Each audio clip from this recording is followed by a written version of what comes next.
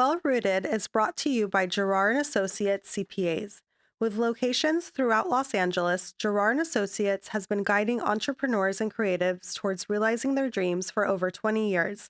Discover how they can support your vision at gerardcpa.com. Hey, it's Haneen, and I'm back with another episode of Well Rooted. Today, my guest is the one and only Shawarma King himself, Nasser Al-Rayess. Nasser is hilarious. We have a really great conversation about his journey into comedy. We talk about our cultures and how that comes into play into his comedy, how he's able to connect with an audience today, and where he really sees his career going into the future. This was a really fun, great conversation. This is really great also for those who may be interested into going into content creation of some sort, or even going into entertainment, and you come from an Arab American background and sort of how to navigate that. This is a really good conversation that will, I think, really relate to a lot of people from our community. So without further ado, please welcome Nasser Al-Rayess onto Well Rooted. Hey, it's Haneen, and I'm back with another episode of Well Rooted. Today, my guest is the very funny, self-proclaimed Shawarma King himself. He is on tour right now, so I'm really glad he took the time to speak with me today. But please welcome Nasser Al-Rayess onto Well Rooted. Hi, Nasser. How are you? Hi, Marhaba, how you doing? Good, alhamdulillah. Great introduction. Thank you. I feel Oh, very special with that good. I introduction. hope so. I always aim to make my guests feel special, so I'm glad you like that. Um, That's perfect. how has tour been so far for you? It's been going well so far. We've done two cities, and then literally in 2 days we're gonna be going to Arizona, and then, like I said earlier, then it starts going out bang, bang, bang. We're doing city after city, almost 2 days after each other. So I'm excited for it. Being on the road is fun. There's always fun stories that come from being on tour, and most importantly, I really enjoy seeing everyone in these different cities. It's been really cool to see out up in like Raleigh, North Carolina, and up in Seattle, and I have a show in Alabama, which is gonna be crazy. So I'm excited for it. It's fun. Touring is really it's fun, slightly exhausting, but it's fun. Yeah, yeah, I'm sure. You seem, just based off of what I've seen on your social medias and from people that I've spoken to that have gotten to attend your shows, you seem very engaging with the audience. Like, people get really wrapped in and you interact really well with them. Is that a muscle that you sort of had to work on, just because you do put out really great content online, and getting to interact and having that more rapid response with an audience, was that a different experience for you? It's definitely a different experience. From posting videos online compared to stand up is an entirely different game. They Yeah. honestly, I feel like they're two different realms. And so, like for me, when I did my first show, which was in Dubai, was it last year? Yeah, it was last year in May. Till now, that interaction with the crowd work as they call it in comedy, is something that I always felt. It always came natural to me. It didn't really feel like I had to work on it. Now, given the amount of shows I've done since that first show, you just get better at it because you feel more comfortable, more confident. And for me, I grew up around a lot of boys, and so we kind of always had that knack to like make fun of each other, and you always had to be on your feet to be ready to like snap back at a comment. And so that like kind of upbringing, I feel like it prepared me for that, quick engagement with the crowd. And also like I always am big on making sure that the audience comes first. I always want to make sure that the audience feels engaged and a part of the show. I don't want to just sit there and talk to you for an hour. I want you to feel that you yourself are a part of the show and that the jokes are like, intertwined with your experiences.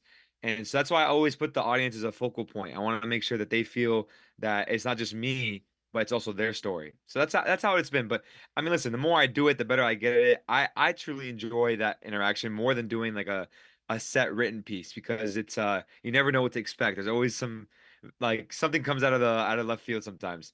Yeah, absolutely. And I mean, to your credit, a lot of people can put out really good content. You do both really well. You put out really funny, engaging content, and you're also able to translate that somehow onto stage, which I'm sure is not easy. What Thank did you very have to very sort kind of you to of say. did you have to like revisit a lot of maybe your material, and like to sort of translate it to how it would be performed live on stage?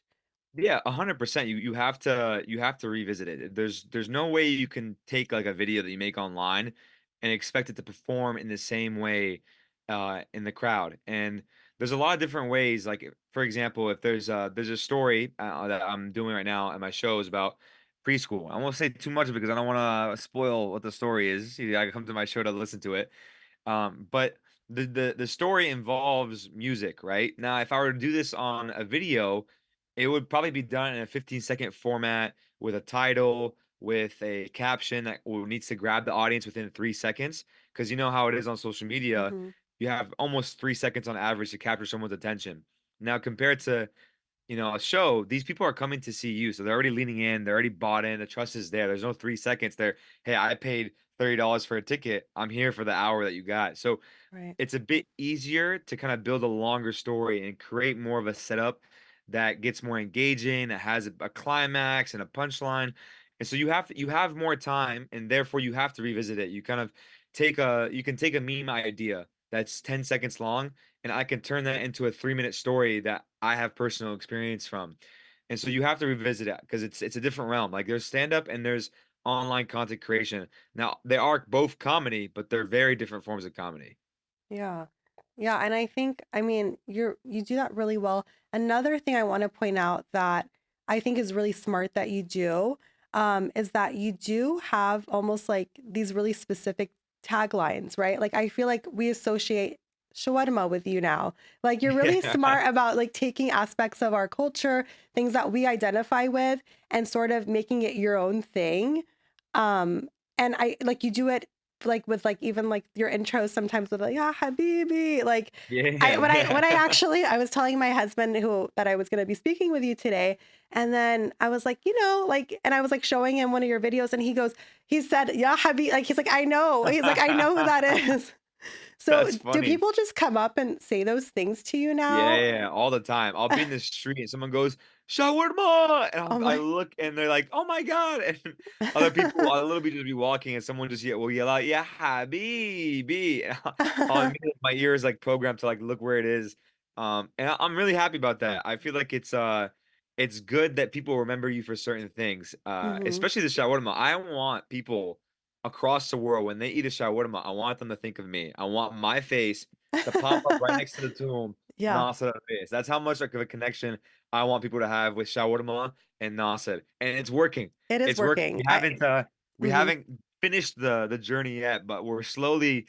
I think we're at like 60%. If I could get Wow. 100% conversion of shawarma to Nasser, then I will dominate the shawarma industry, and no other shawarma shop will be able to compete with me. And that's when I Yeah. buy every single Oh, well, shawarma that shop is in so Saudi. smart. Okay, I wasn't Yeah. even thinking of that. You know where my mind was going? I don't know if you've seen that girl, she's from the UK. She does like those chicken shop like Yeah, yeah, interviews. chicken shop date. Yeah, Yeah, you 100%. need So to do that with shawarma. I mean, I you need are to the do it. guy. I'm so busy touring right now. I would love to create like a podcast slash type of interview vibe similar to that. I mean, I think her name's Amelia. She's Yes, fantastic. I love her. A shawarma date would be fantastic, but I would need to Amazing. get a lot of gum and Yeah. mints because my guests would need to Listerine have their breath strips. cleansed after that. Yeah, But that is yeah, I so mean that's the funny. goal. People always start like, no, you shouldn't be known for one thing. I'm like, no, I'd rather be known for one thing, not be known for anything at all. So if people know me for Absolutely. shawarma, then I could sell them my comedy show. Then I could sell them the rest of my page and myself as a comedian. Yeah, no, I think that's genius. And yeah, you are right because I'm at the point now like in my algorithm where it'll be like a shawarma shop in Texas and someone will tag like I'll go to the comments and someone will tag you. Like there is Yeah, like, I and know. it'll just be like this little mom and pop shop promoting their shawarma and there's Nasser in the comments. Anytime someone sees any video shawarma, they're expected to go into the comments. I always respond like I do like a shawarma king declaration. So like someone will like say like, "Oh, is this shawarma good?" They'll tag me, and I'll respond and be like, "The shawarma king declares that this has my approval," and it's just hilarious because It's a I seal of feel very like approval. medieval king from England, but shawarma instead of colonialist British guy. Yeah, I mean, and then the merch. I mean, I can only imagine the merch that can come out of this. That's where my mind goes as Yeah, we did well. one merch so far. We did the Shawarma University merches. So The you know how hoodie, there's right? universities that have like merch that say like, "Oh, UC Berkeley," and it has like their seal. So Mhm. we did a hoodie or not a hoodie, a sweatshirt that says Shawarma in Arabic, and it says the University of Shawarma with a Shawarma seal on it. And there's little Shawarma hidden seal. eggs in the Easter eggs in the the sweater. Like there's a small red flag on top of the shawarma Oh to allude my to my red flag gosh. videos, and we Yes. have my birth year on it as like the year that it was created. That is So so it was really funny. good. That was done with Naeem Clothing, and they're fantastic people. So it was a cool merch that we did. That's very cool. Very smart. Um, so you did talk about a little bit earlier about just the experience you've had on, going on tour so far and getting to connect with people and see your audience. Any fun or interesting or maybe crazy stories that stick out, especially with like the current climate and just with everything else that's going on? Yeah, I mean, people are a bit more tense these days for obvious reasons. There's a lot of reasons to be tense. It's a really difficult situation what's going on in Palestine and Lebanon. But most of the people that come to my show are coming with the intention to have stress relief, you know? Mhm. They're like, let me go laugh and let loose for a bit. And so I appreciate that. And I'm getting a crowd that is definitely very, very pro Palestine and Mhm. Lebanon. So I'm not getting people that are against the cause, because people that's more normative if I went and did like a feature spot at the Laugh Factory where you have a more diverse audience in the sense that it's not just Arab, but you're getting a lot of different people. Mhm. That would be an entirely different story. But I mean, I've had some stories. There's a joke that I do about my experience. I'm Muslim, so I went to Catholic school for high school, Oh and so I wow. have a story about the first time I went to mass and my experience with that. And it's a funny story because imagine a 14-year-old Nasa not knowing what mass is and the funny moments of my ignorance throughout it. And obviously I wrote the joke in a very respectful manner, but there was an instance where I said the joke and it killed. But after the show, I'm doing a meet and greet, and a woman came up to me and she's like, I cannot believe that joke you had about mass. I'm like, excuse me? Because I thought she was coming up with he seemed like she was coming up to say hi. Mhm. She's like, I've been following you for 3 years, and immediately when you said that joke, I told my entire family to unfollow you. She's like, look, and she showed Wow. me the phone that said like that she's not following me. I'm like, thank you for the proof. Like I didn't really need it, but thank Yeah, you. yeah. Like, I can't believe you would make fun of mass like that. And I was like, no, no, you have it wrong. I was just sharing my experience of what happened. This wasn't like a fake story. I was trying to be respectful of the mass. She's like, you would never, ever, ever make fun of Judaism or Israel. I was like, have you seen my videos, man? Yeah. I'm extremely confused. And she's like, if I made fun of your prophet, your people would kill me. I'm like, yo, where is this going right now? Wow. What are you doing? And her sister was there that was kind of like tag teaming with her. And I kept, I always say when someone confronts me like that, I'm not trying to have a confrontation. I literally will say, listen, I'm sorry you feel that way. Thank you for coming to the show. I'll think about your comments, and I'll definitely do a like, hey, my hands are up in the air. Like, thank you, but let's move on. But she held me. She grabbed my arm Wow. and held me there for That's 8 minutes, scary. repeating herself. And I just kept on saying, hey, I'm sorry you felt that way. I'm sorry you felt that way. I'll think about what you said. I'll think about what you said. Then her sister realized, like, oh my God, like she's doing way too much right Mhm. now. And eventually she's like, listen, she told her sister, like, listen, like he's apologized to you. But for how you feel, maybe we should leave. She's like, no, I'm not leaving until I get my point across. I literally took her hand. I was like, ma'am, you got your point across. The exit is that way. If you grab me again, I'm calling security. And she's Mhm. like, okay, but just know I unfollowed you. I was like, I hope you keep me unfollowed. Like, I appreciate it. Thank you. And she walked away. So that That is was probably the insane. craziest thing that's happened to me after the show. But listen, it's comedy. Mhm. Like sometimes I have to push the lines to tell like a story. And the story in that situation is my experience at mass for the first time. It's funny because I don't know what's going on. And it's Right. 14-year-old Natsa trying to navigate through that situation.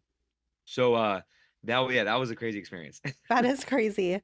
That is crazy. But I can also imagine on the other end of it, just with everything going on in Palestine and Lebanon over the course of this past year, um, you've offered us a lot of levity and some lighthearted laughs.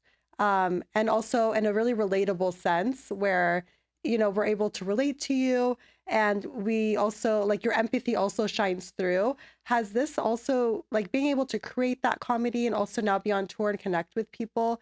Does that offer any sort of healing qualities for you also? Um, just like is there like a healing aspect to it, getting to like I mean, make yeah, people laugh? yeah. I would say I don't know if healing is the right word because nothing in Palestine and Lebanon has gotten better. Well, Mhm. now with Lebanon part of the issue as well, and Palestine has been going on for a year. I think I don't know if it's healing is the right word, but I think it's more it offers me a way to cope with what's going on. Mhm. And I've always been programmed since a child to use laughter as a way to cope with whatever trauma or stress that I have in my life. It's kind of been like my initial jerk reaction to whenever that happens. And so for me, it was so natural to get into comedy and use laughter as a way to cope with the horrific things that we see in Palestine and now in Lebanon. And I always do it in a way that's meant to raise a point, and I do it in a way that's meant to offer people, like you said, in a lighthearted way. There's ways to the people use comedy sometimes and it comes off in the wrong way. Like, oh, I don't need Mhm. this type of comedy. But I'm doing comedy that like, for example, there's a lot of videos I've made for where I'll say, someone says, "What do you do for therapy?" And it'll be me singing to an Arabic song because that's what we do. Like sometimes Mhm. for us as Arabs for therapy, we listen to Arabic music, right? Or Right. I'll be like, "Oh, like me when I'm stressed out," and it'll be like me like screaming and getting to an Arabic song. So it or certain things like this, like, "Oh, what do you do when you're sad?" I put this song on. So those are the type of videos I do where it relates because like I know we have this feeling of stress, of sadness, of being depressed, and so I'm trying to show like we all can deal with it in different ways, whether it's through music, whether it's through comedy. And I try my best to kind of highlight that. And I do that in my shows as well. And I always, always, always at the end of my shows make a statement just to acknowledge the privilege it is for us to be here and how important it is to use that privilege to raise our voices for our friends and family back home. Because there's no way I can do this show without acknowledging that. I just don't Mhm. understand how any out of comedian, like obviously this is a very much a humankind issue, but to its granular point, it's an Arab issue as well. Mhm. uh, it would be unfair for me and unwise for me if I do not talk about Palestine and Lebanon at my shows because like 80 to 70% of the crowd is Arab. Like I need to like acknowledge how important it is for me, and that's something I will never speak out, not stop speaking out about. It's my values and part of who I am. So yeah, I mean, healing is a way to think about it, but I think more of like maybe coping Coping. mechanisms might Coping be is the a better better way to word. describe it. Yeah, absolutely. Um, and so you touched on a little bit when you were talking about your 14-year-old mass experience, and also just now when you said, you use laughter as a coping mechanism. I think that's something that's omnipresent in Arab society in general, just because Mm. our people are constantly going through it. I mean, you're Syrian, yes? Yep, Syrian, yeah, Syrian, Palestinian, and it's something we grew up, right, with watching our people yeah, suffer to some extent. So I think that comedy is sort of always present in our lives in some ways. yeah, How can you kind of tell us a little bit about your roots then? And you said you grew up with a lot of boys in the house, and what was that yeah. like? Yeah, I mean, I was born and raised in California, and so it's very easy to get lost in your ways in the States and California. And so my home was always a place of kind of refuge in terms of my Arab identity. It was always a place where I come back home and immediately the aromas of like what are being cooked in the kitchen and you hear the Al Jazeera on the news or Babet Hara's on late at night or music's being played that's Arab and we speak only Arabic in the household. And so my upbringing was always kind of like this dual identity where outside the house I am this American kid, just trying to be an American and, fit to the culture. But then back home, this Arab kid from Syria that's kind of like, doing his best to be reminded of his identity from his family. And so that played a big role into my upbringing. Like there's always this like identity crisis that I had in and out of the house. And on top of that, like obviously having a lot of boys around, like I had an older brother and I have cousins that are all guys and we kind of had this similar upbringing. Like my cousins were raised in Saudi and but they would come here in the States and during the summer. So they experience it as well. And kind of we do it in our own way. Like we watch MTV when we were kids and listen to English music, but then we'd also listen to Arabic music because at night the family would sit down and watch like Musica, the channel where you Mhm. just see music videos. So like I really clearly remember when like Nancy Ajram's Ya Tab Tab video dropped and we all watched it, or Iconic. Hisham Abbas is not in video. Like we all remember these like specific Mhm. moments on TV. So it's so interesting. Like at 12 at midnight when the parents sleep, you're watching MTV and seeing Eminem like do his thing back in the day, like what like rap to some shady at his music video. But then at 8 p.m. you're watching like Amr Diab's Temelli Maak video. So it's so funny how that like identity crisis like was brought outside the house and brought into the house with me and my cousins and my brother. And so it's Yeah, I mean, that continued, that type of duality stayed with me up until I think like 2019, 2020, when I went to the Middle East for the first time since I was 2 years old. Where I realized like I have to be very intentional about putting Arab first. Like it's Arab American for a reason because Arab comes first, and I have to be intentional about it. Because if it's flipped, you're gonna end up losing yourself. And when American comes first, then you're gonna lose your roots. And it's the most important thing to forget, to not forget who we are at the end of the day. Because I feel like in America, society is built to forget those roots, unfortunately. Yeah. Yeah, no, absolutely. And I think we all sort of grew up with that identity crisis to some degree here. So that's a really good point. How Okay, so growing up in that atmosphere, how did you realize you were funny? Like, how did you realize that this is something that you could actually make a career of because you were that funny? Everyone always asks this question, like, when do you realize you are Yeah. funny? And it's never like a realization. It's more of like a habit that you just start to build where you got this itch to like make people laugh. Mhm. And when you see people laughing, you're like, oh shoot, okay, I can actually do this, you know? And so it was always at a young age where I really enjoyed being in front of a crowd from either like the family or the guests at home or even at school. Like I'd always do public speaking. Anytime there was like a public speaking thing, I would do it. And even if it was like a serious public speaking thing, I'd always throw in jokes, always. And so I don't know. It's kind of like a part of my personality. I'm just, I consider myself to be very outgoing and extroverted, and I love to socialize and love to be able to like work a room and do all that stuff. It's something that I like. I just love people that much, like just feeding off people's energy. And I truly, truly at the bottom of it love spreading happiness and laughter. Like seeing someone smile from my own actions makes me feel so warm inside. And I've always chased that. It's always about other people, not really much about me. Like it's kind of like I want to make you happy because that makes me happy. And I've just continued to chase that. And like I remember in sixth grade, I did my first talent show. What did I do? I did 5 minutes of my own comedy, and I didn't know how to do Wow. comedy that well in terms of like like stand up writing. And in that other 5 minutes of it, I memorized Gabriel Iglesias's one of his 5 minute jokes. So I performed that joke, and I people like obviously laugh because it's a really well written joke from Gabriel Iglesias. So I did that like a couple times in middle school at talent shows, and then in high school like video content creation started to come alive. Mhm. It was kind of like when YouTube started to get its rise and Vine was there.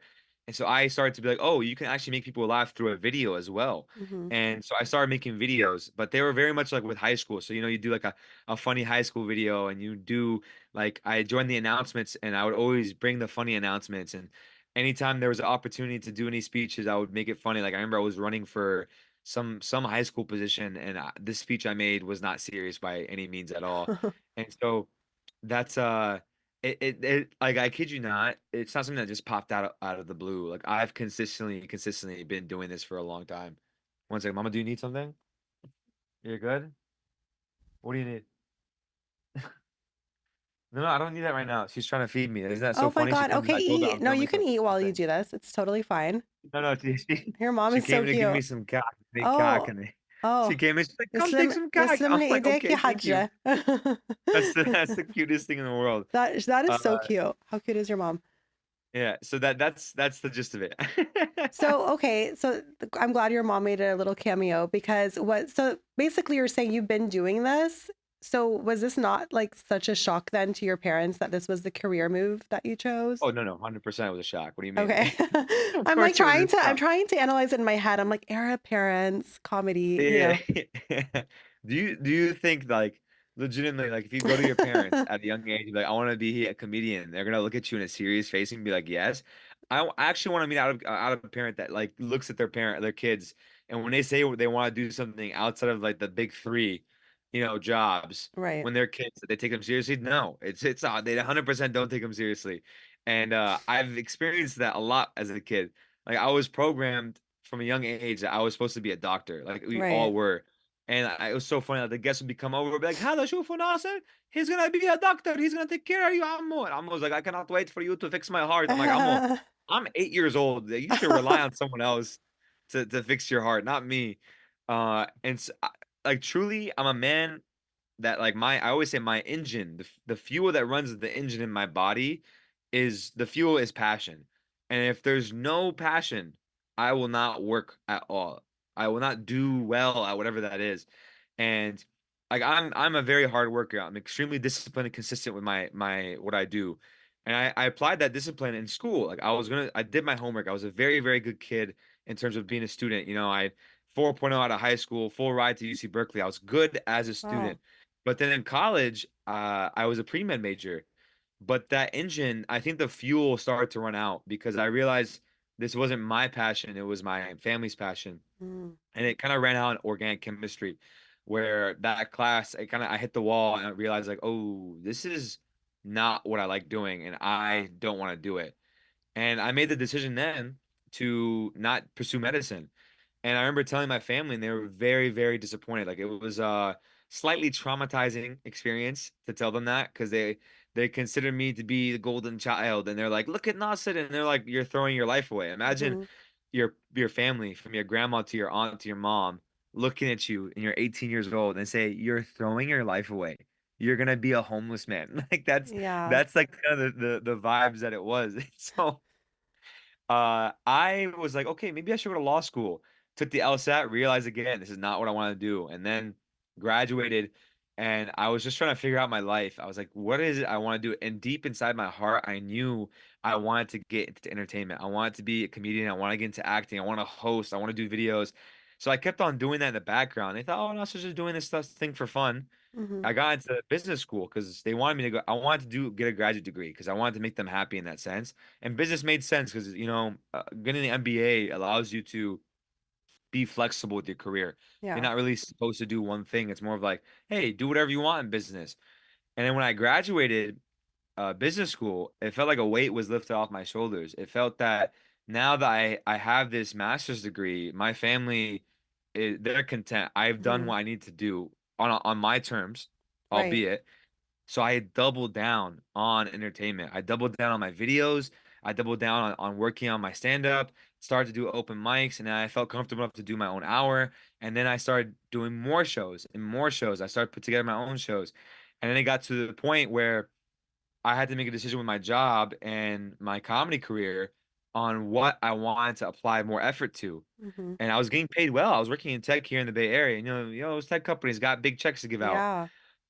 And I made the decision to quit, and I moved over into comedy. That was back in March. And so now it's October and we're doing this full time. Alhamdulillah, I'm very happy with my decision. The first 2 months were very anxiety I'm inducing, don't get me wrong. sure. But now I'm honest, I'm gonna be honest with you. My biggest fans are my family, specifically my mom. No one supports me in this endeavor more than my mom. My mom will literally stop people on the streets and be like, "Are you following my son? You need to Oh my follow my son." gosh. That Like, is do you know who adorable. this is? I don't like doing that. I like everything to keep it natural, right? Hmm. If you don't know me, it's okay. Like, it's completely fine. The world's big. My mom will literally be like, "This is my son. Do you follow my son?" In front of anybody. Like, I'm like, "Mama, stop, stop, stop." So she's my biggest fan. And there was a big moment I had at my at the end of my summer tour in San Jose. It was a homecoming show in a sense.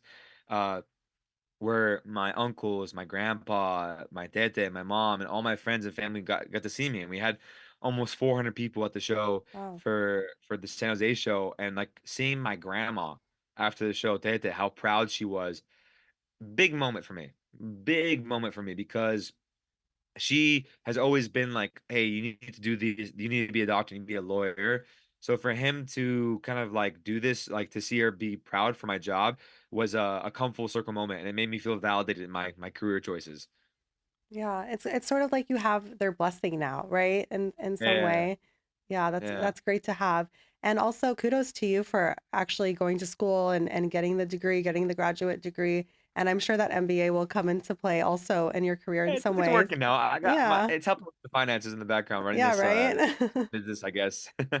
What is your advice to other Arab kids, other 14-year-old Nasirs that, or 12-year-old Nasirs, or 8-year-old Nasirs, or even, college kid Nasirs that kind of want to fulfill the same sort of career goal and walk your path, or don't even really know how to get started? Like, what would you Yeah. say to them?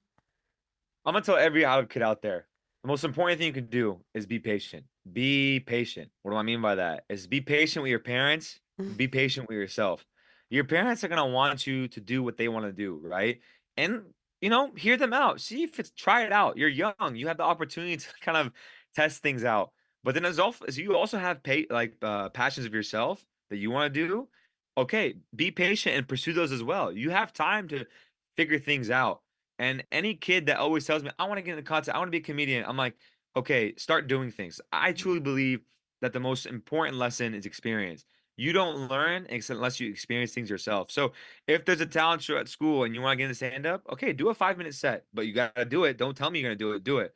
If you want to Mhm. get into content, all right, start making content. Now, it's not important that your videos go viral when you're 12.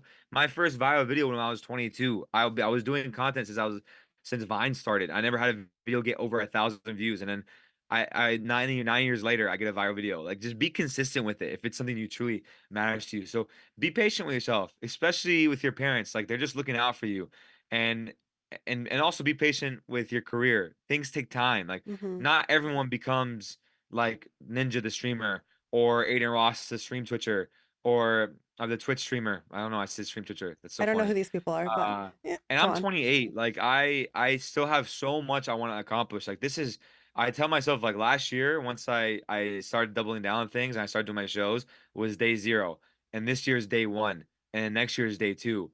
So I'm looking at it I'm like how many if I can string like 30 days in terms of 30 years together, what's that going to look like at the That's a end of the very month? realistic You approach know? to it. Yeah.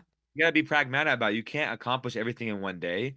Every day, what can I do to you know, move my dreams forward. Mhm. And I gotta enjoy this journey. I love so although it's like such highs up and downs, I do love it. I do love it. That's great. And I'm definitely showing that whole segment to my children because every kid needs to hear that, every Arab Yeah. kid, for Do you sure. have kids right now or no? I have 3 boys right now. Inshallah, let's get it Yeah, down. and they Crazy. are How old are they? they're 11, 8, and 5. Oh my And so it's God. very Wow. just so when I heard you talk about growing up in that loud household with boys, it really hit home. And they're Yeah. constantly like, "Can we start a YouTube? Can we do that?" And I'm like, "I don't know. I don't know how this works really." Yeah. I mean, you could tell them to start it. You just make it be private first. I don't think it's good for them to put out in the open, Mhm. but tell them to make the videos and then I think it's not it's beneficial for you for them to do it because they learn because the world is trending to being very content focused and also like big media is kind of moving like people are consuming TikTok and Instagram more than they're watching TV shows. True. So it's not a bad idea for them to learn how to do Mm. it. Let them do it, let them make their videos and it's like, yeah, you can make YouTube videos, okay, but just obviously monitor it so they're not doing anything Right. stupid. 'Cause, that internet footprint can be very, very That deep at yeah, one that's point in your what life. scares me, but as you said, I do want them to practice, right? And that's kind of Yeah, the way in which our world is going. And I mean, I want them to be creative. I don't want them to be shy. I want them to be able to yeah, put, fuel into their dreams or their goals or their ideas and kind of see yeah. what comes out of it. So that's Just great let the advice. kids make the content. Just watch out. Just keep your eyes on them, but let them Yeah. make the content. Yeah. Great Yeah. advice. Great advice. Thank you. Let's do some fun rapid fire I questions love rapid to fire. I'm a to big wrap fan up. of rapid fire. Rapid fire. Okay. So, okay.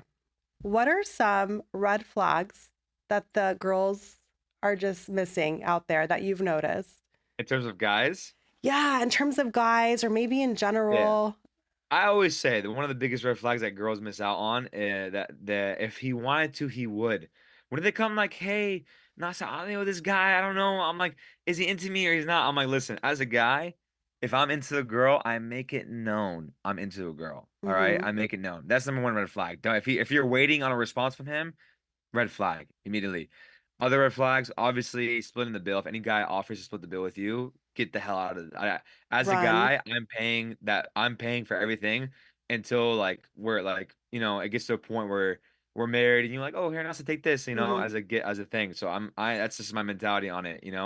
Other red flags are if he still follows his ex and talks to his ex, that's the thing that's a red flag. No, no one should be Yeah. talking to their ex. Like, oh, it was amicable. We're good friends now. Uh, I'm like, so why are you still talking to him? Why are you good friends with your ex? No one should be good mhm. friends with their ex. Just, Yeah. Yeah, that's I don't think so. crazy. That's insane. It's weird. Yeah, It's very weird. weird. And then also check a guy's following list. How many girls is he following? How many models? If he's following bikini models, why? Dude, Yeah. why are you allowing that on your feed? And also, here's a hidden red flag. I'm gonna tell you a big hidden red flag from guys. Check the guy's explore feed. Check his explore feed on Oh, Instagram. that's a What good does his explore point. feed look like? You want to check mine? It's all food. It's all food It's and all funny videos. shawarma. But yeah, and shawarma. Check a guy's explore feed. If you see woman on there, that's the content he's engaging with. You don't want that guy. Mm. You don't want that guy, ya habibi. We do, yeah, no one wants that guy. That's really good. Thank you. Okay. What is on your workout playlist right now? Ooh, okay. I got a couple one. All right. Number one, I got this song called Voodoo. It's an Egyptian song by Verato. It's a very good song. It's like Voodoo. "Dun-dun-dun, Voodoo. It's like so Egyptian. Then Okay. I have Genini by Eliana. Love Big that fan of that. song. That Yes. song really gets me hyped up. I have this Debke song by Maryam Faris on my workout playlist. I think it's called Hel Debke Hel Shobe. Oh, What I oh, don't know I the know name of which one it. you're talking about. Yeah, that Yeah, one's that's good. a good one. And I think the other one I have is I think there's two more. I have Saint Laurent Ali Ahmiki on there. Big fan of Saint Laurent. And then I have well, there's a older song that I have. Oh, Miami Band. I love anything I Miami Band love lyric. Miami. Love Yeah, them. Miami Band is so good. I What have like a happened to couple I them? think they have a song They were called so Bustan. good. I love that song. Yes, all of their music is so good. I feel like they were ahead of their game. Like They're they were so ahead of very their much game. so. Yeah, They made that in 2001. So it's it's old. crazy to me that they had that type of energy and vibe in their music back then. So Yeah. Miami is incredible. No, incredible. Okay, what makes a good shawarma? It's very simple for me. Okay. Think about what doesn't make a good shawarma. All right, lettuce, salad Mm, doesn't work in a chicken no. shawarma. I'm talking specifically chicken shawarma because their beef is different. Yeah. That's what doesn't make a good shawarma. If I see a whole food salad in my shawarma, Mm, I'm tossing it. All right, and stuck for we're not tossing the food, but you get what I'm trying to we got say. it. Yeah. What makes a good shawarma is four elements, and it's based off of traditional Syrian shawarma, which is the OG shawarma. I don't Right. care who says this. No, I'm That's with how you on it's this. done, I'm with you on this. right? Yeah. The khubz, the bread is Arabi bread, regular pita bread, all right? Not the Saj. Unless the saj is made fresh, Okay. okay? So it's either khubz Arabi or Okay. fresh saj. I don't want lavash on there. Lavash should be nowhere near shawarma. No. Lavash has a flour on it. It naturally is a drier bread. Mm-hmm. It's gonna make your chicken shawarma drier. So get lavash out of the way. That's what the bread should be. Second, chicken needs to be seasoned well with a slight crisp to it. There has to be chard on the edges because Mm-hmm. that means it was cooked well on the sikh, right? Third, in khallad, you need pickles because the tanginess breaks the heaviness of the chicken.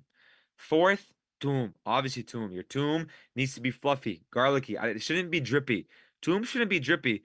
Toom, if I go like this with my finger and I go like this, it should be able to not drop. That's how fluffy it should It's like be, right? thick. If you see dripping on the toom, drip your way out of the restaurant, okay? Okay. And lastly, the bread needs to have an element of greasiness to it. Mm-hmm. There, all right. If you're gonna put it on the grill, sear the grill up with some semnet, with like Yeah. have some butter on there, some oil. Yeah. Because back home, the best way to make the shawarma is you take it underneath where the fat of the chicken is dripping on the seekh, and you go to the seekh and you go tss, tss, tss, tss, and you get like a nice like greasy like Mm-hmm. chard on it. You're good to go. And now if you're feeling special, like a little bit spicy, you could put some man on it as well. That's a very Syrian thing, some pomegranate molasses. But those are the elements of a good shawarma. I think people tend to cater to the American taste here, and I think that's bullshit. We should not, because Americans will like the way we make shawarma. Trust me, they will. Yeah. So that's what makes a good No shawarma. fries in the shawarma.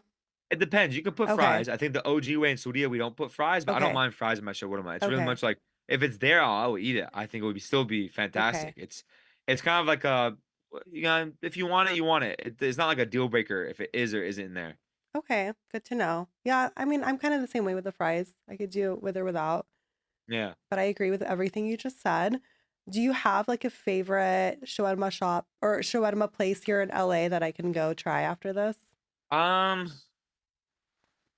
So, Sincerely Syria used to be my favorite shop in LA, but they've kind of dipped in quality and Okay. they still have fantastic food. I just think the shawarma, they're getting a little lazy. Because Okay. I said that they were the best shawarma in California like a year ago, and I think Okay. they got a little bit too lazy. Like, oh, Nasser said it, so like we're good now. Oh. It's dipped down a little bit. So I go and see if it's still like, up to standards. But my family went to an LA recently and they thought that they were being lazy with their shawarma, which I don't appreciate. But they still have amazing falafel and other food as well. They're really really nice business, and they're from Syria as well, so they're an Arab-owned business. I heard Sababa Falafel in Anaheim has good shawarma and falafel sandwiches. Amazing And falafel. Yeah. what other shawarma spots are good? Like Zanko Chicken has good chicken, but Mm, their shawarma is Armenian. Like they have yeah. tomatoes in it, but if you order like a chicken plate, you get the elements of the shawarma. So I'm gonna just be honest with you. Like America is still lacking on shawarma. Mm-hmm. It's not like the best place to eat shawarma. All the best shawarma I've had has been across the world, from either Australia or Saudi or Dubai. Like that's where you're gonna get good shawarma. In the States, like not the best. Not the best. Yeah, I agree. We actually, well, I went to Sincerely Syria a couple weeks ago for the first time, so I had nothing to compare it to, but it was really great. So I enjoyed No, it. it's not, don't get me wrong, I Yeah. think it's No, still really good. yeah, But with me, I loved it the first time I had it. of I'm just saying course. my family went, I think they maybe had a bad batch. Maybe it just wasn't, but it's still good. Don't It's get me still wrong. good. And that's pretty normal for Yeah. restaurants. Yeah. Last question. Okay. If we were to do this interview again in 5 years, and I was asking you, Nasser, what are you working on right now? Let's That's a great manifest question. something here. Let's manifest this for you. Um, so if you ask me in 5 years, what are you working on? I'll probably just say I finished my world tour and we're doing big theaters. I probably would tell you that I sold out Madison Square Garden. And that was a big moment for me. I'll probably tell you that I'm working on like my Netflix show, and then I probably tell you about a couple movies I'll be in, and then yeah, we'll probably say that I'm married at that point too. Inshallah. Inshallah. And Inshallah. we'll probably that's definitely what we'll be saying. I think that's what I want to manifest, and what will happen is that we'll be doing that, and yeah, and we'll be talking about that. Be like, tell me about the show. We love the first season, or we love this, and oh, you're gonna be in this movie, and then oh, you were at the Met Gala. What? So well, let's manifest that. Yeah, Why let's not? manifest that. Why not? Yeah, Yeah, exactly. Why not? Well, you started in March full time with this, and look where you are yeah. So it's today. been what is that? 7 months only. We're Yeah, only I seven mean, months in. that's great advancement, mashallah, in just that time frame. Yeah, So the world is your oyster, as they say. inshallah. Inshallah, I wish you Mama's back. Mama's back mama's in it. So this is back. out of parents. They don't care if you're doing like a podcast. They're I like, I'm love gonna come this. into the I room. need moms in all of my He's like, oh, episodes this thing. from Mama, now can you on. close the door? Mama, can you close Did the she door? bring more food? No, she was getting something in my room. Oh, well, thank you so much for taking the time to speak with me today. This was so Of course, it was fun. my pleasure. Thank you so I much wish for you reaching all out. of the luck, inshallah, and may you reach all of your goals and continue on in this journey. Like I'm excited to see what you Thank you so much. accomplish I next. appreciate that. It's very sweet of you, and you were very, very well organized, and it was great questions that you asked as well. So I Oh, appreciate thank all of you. that, Thank you so and much. all the best with Well Rooted, by the way, and your family as well that Thank you have as well. you. So, Thank you. That is very inshallah, Allah kind. Khalil Gahon, and mashallah. Would I don't know love how to your see family looks, you. but they're probably very beautiful. So may They Allah are. continue to bless them, inshallah. And hopefully I'll get to see you live soon. Yes, Next time you're in inshallah. I LA. mean, Yeah. you know my schedule. So you're Yes. based in LA. I have a beret show in Orange County on November Okay. 6th. I'm gonna be in Okay. San Diego this weekend, so we'll see you at one of them, inshallah. Inshallah. All right. Take care. Say hi to mama Thank you for so me. much, man. Yallah. I Bye. will. Thank you so much. Thank you for listening to another episode of Well Rooted. If you enjoyed today's episode and felt it brought you value, please subscribe, leave a comment, give us a like, and a review. This episode of Well Rooted has been brought to you by Gerard & Associates CPAs. With locations across all of Los Angeles, Gerard & Associates has been helping entrepreneurs and creatives make their dreams come true for over 2 decades. Go to gerardcpa.com to learn more. This is Haneen, and we are all well rooted.